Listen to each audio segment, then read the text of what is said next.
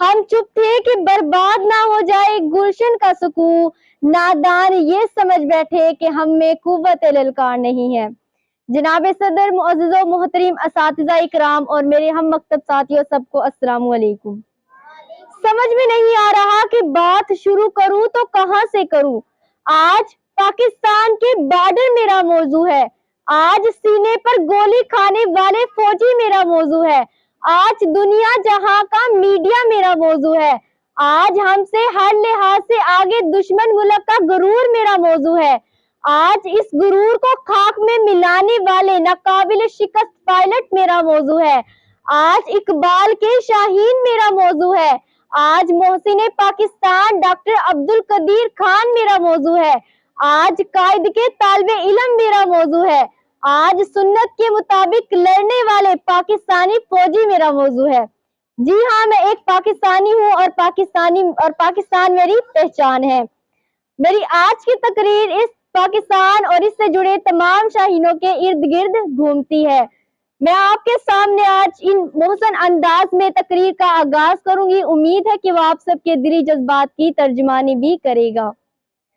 بات شروع ہوئی تھی 22 اپریل کو، ہندو وزیر پاکستان کشمیر پر پہلگام پر سیاحوں پر ہونے والے جان لیوا حملے کا ذمہ دار مسلمان مجاہدین کو ٹھہرایا گیا۔ نہ کوئی ثبوت، نہ کوئی گواہ، بھلا ہندو کی انتہا پسندی سے کون واقف نہیں۔ اس اصول و ضوابط سے ناآشنا قوم کا اگلا حربہ پاکستان کے ساتھ کیا گیا سنتاز معاہدہ معطل کرنا تھا۔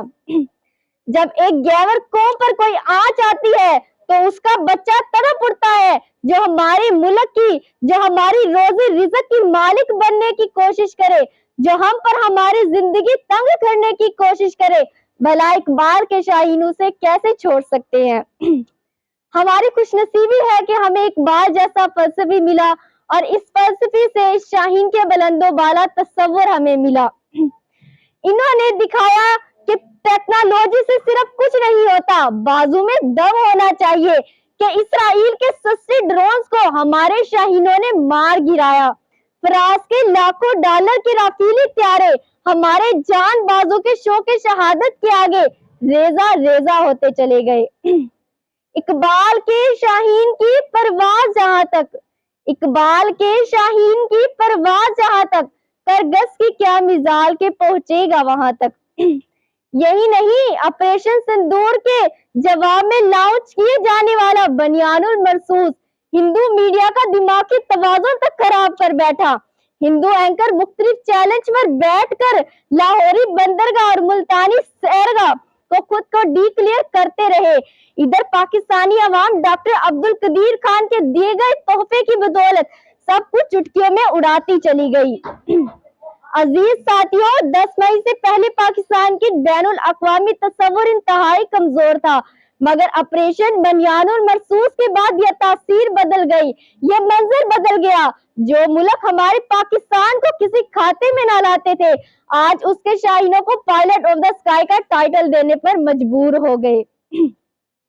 پاکستانی فوج صرف ہتھیاروں پر گھمنڈ نہیں کرتی، بلکہ یہ تو اس نے خالد بن ولید، ابو سعد بن الجرا اور ابی وقاص کی سپہ سالاری سے ملا ہے۔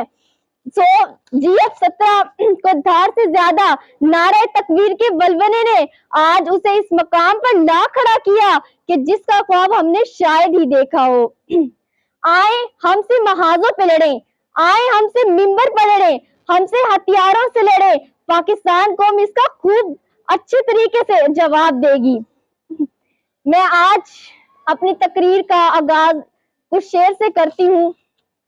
کچھ خواب ہے جن کو لکھنا ہے تعبیر کی صورت دینی ہے، کچھ خواب ہے جن کو لکھنا ہے تعبیر کی صورت دینی ہے، کچھ لوگ ہیں اجڑے دل والے جنہیں اپنی محبت دینی ہے، کچھ خواب ہے جن کو چننا ہے اور ہار کی صورت دینی ہے، جنہیں بانٹنا ہے کچھ لوگوں میں ان کو بھی تو راحت دینی ہے۔ اے عمر رواں ذرا آہستہ چل، اے عمر رواں ذرا آہستہ چل، ابھی خاص کر چکانا ہے۔